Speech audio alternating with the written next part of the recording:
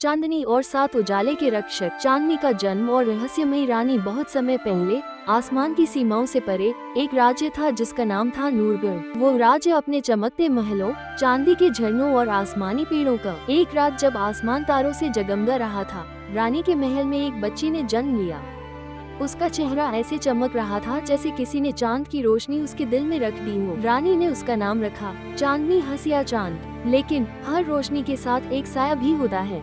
पास के जंगल में रहती थी अंधकारिणी, जो कभी नूरजहां की मित्र थी, मगर अब उसकी सुंदरता और रोशनी से जलती थी। जब उसे चांदनी के जन्म की खबर मिली, उसने कहा, एक दिन ये लड़की मेरी अंधेरी ताकतों को मिटा देगी।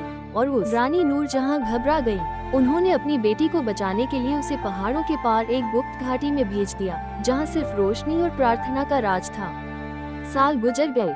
चांदनी अब एक सुंदर, विनम्र और खुशमिजाज युवती बन गई थी। वो हर सुबह सूर्योदय से पहले नमाज। एक दिन जब वो जंगल में फूल तोड़ रही थी, अचानक हवा में सुनहरी धूल फैली और उसके सामने 7 किरणें उतरी। उनसे 7 रक्षक निकले, नूर, हया, अमना, ईमान, रूहा, जारा और लैला। उन्होंने कहा, हम तुम्हारे उजाले के रक्षक हैं, जब तुम्हारे जीवन पर अंधेरा छाएगा। हाँ, समय बीता। रानी नूरजहां बूढ़ी हो गई और चांदनी को महल वापस बुलाना चाहा, लेकिन उसी रात अंधकारिणी लौट आई। उसने एक लाल चमकदार सेब बनाया जिसमें अंधकार का विष भरा था। वो एक बूढ़ी औरत का रूप लेकर चांदनी के पास आई और बोली, बेटी, ये फल जादुई है, इसे खाने। जब चांदनी गिरी तो धरती कांप उठी।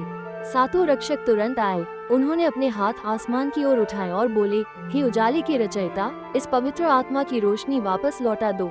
उनकी दुआओं से आसमान में इंद्रधनुष फैला, बिजलियां गिरी और एक सुनहरी लहर ने चांदनी को घेरा। उसने अपना हाथ उठाया और उसकी हथेली से एक इतनी तेज रोशनी निकली कि अंधकारिणी चीख उठी। वो धुएं में बदल गई और हमेशा के लिए विलीन हो गई।